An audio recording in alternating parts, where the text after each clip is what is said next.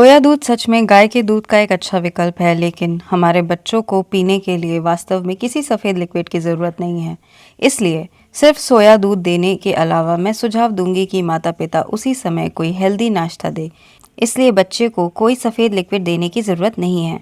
लेकिन हाँ, सोया दूध एक अच्छा ऑप्शन है जब आपको इसे स्मूदी या मिल्कशेक में इस्तेमाल करना हो, जो मुझे लगता है कि कभी-कभार ही इस्तेमाल किया जाना चाहिए। सरल घर का बना नियमित भोजन पका हुआ भोजन होना चाहिए, जिससे वास्तव में किसी भी सफ़ेद लिक्विड की आवश्यकता नहीं होती है।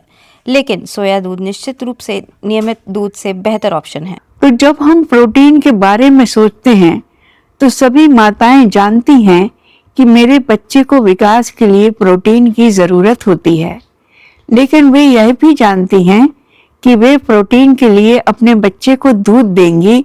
यदि मेरा बच्चा दूध नहीं पिएगा तो बार बार सोचेंगी कि प्रोटीन के लिए दूध पीना बहुत ज़रूरी है। इसलिए यह निश्चित करेंगी कि उनका बच्चा विकास के लिए प्रोटीन का दैनिक कोटा प्राप्त करे। लेकिन सवाल यह है कि दूध में वास्तव में कितना प्रोटीन होता है और हमें कितने प्रोटीन की ज़रूरत होती है।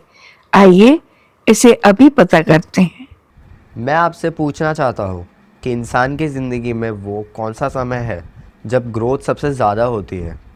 वो समय है नवजात बच्चे से लेकर बच्चे के 1 साल का होने तक का जीवन, और उसका पहला साल बच्चे को मिलने वाला ज़्यादातर भोजन मानव स्तन का दूध होता है। अब मान लीजिए मैं आपसे पूछूं 100 कैलोरीज में प्रोटीन का परसेंट कितना होता है, आपका जवाब क्या होगा? सही जवाब 5 से 8% होता है। स्तन के दूध में 100 कैलोरीज में से प्रोटीन 5 से 8% कैलोरीज प्रोटीन होता है, और ये बच्चे का भोजन है जब शरीर का विकास सबसे ज़्यादा होता है। तो इससे आपको पता चल जाना चाहिए कि बच्चों की विकास के लिए वास्तव में कितना प्रोटीन ज़रूरी है।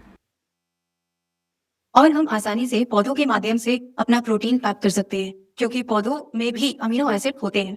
लगभग 20 अमीनो एसिड टोटल होते हैं, जिसमें से 9 आवश्यक हैं। और हमारा मानव शरीर 9 आवश्यक अमीनो एसिड दिए जाने पर अन्य अमीनो एसिड बना सकते हैं। तो बच्चों के प्रोटीन के स्रोत में से कुछ सोयाबीन हो सकता है, सोया दूध, टोफू या टिम्फे, यहाँ तक कि एडेमामे के रूप में दिया जा सकता है। हमें यहाँ बढ़िया एडेमामे बीन्स मिलते हैं और हम उन्हें स्टीम करके खा सकते हैं। बच्चों को ये बहुत पसंद आता है। हम उन्हें कई अन्य दालों के माध्यम से भी प्रोटीन दे सकते हैं। हमारे पास भारत में कई प्रकार की फलियां उपलब्ध हैं, जिसमें से कुछ का नाम ले तो ये सफेद मटर। हम उन्हें कई दालों के माध्यम से प्रोटीन दे सकते हैं। हमारे पास भारत में कई तरह की फलियां उपलब्ध हैं, जिसमें कुछ का नाम ले तो ये सफेद मटर, मूंग दाल, छोले और राजमा है। ये प्रोटीन के स्वच्छ स्रोत हैं। प्रोटीन बहुत सारी सब्जियों में भी होता है। ब्रोकली आप जानते हैं, उनमें से एक है जो लिस्ट में सबसे ऊपर है। और बहुत सारे अनाज, खास तौर पे बिना पॉलिश किए अनाज, बाजरा, चावल भी हमें प्रोटीन देते हैं। मूल रूप से पौधों में सभी अमीनो एसिड उपलब्ध होते हैं और हमें बस सही विकल्पों का उपयोग करने की जरूरत है, ताकि हम अपने बढ़ते बच्चों को पर्याप्त प्रोटीन दे सकें।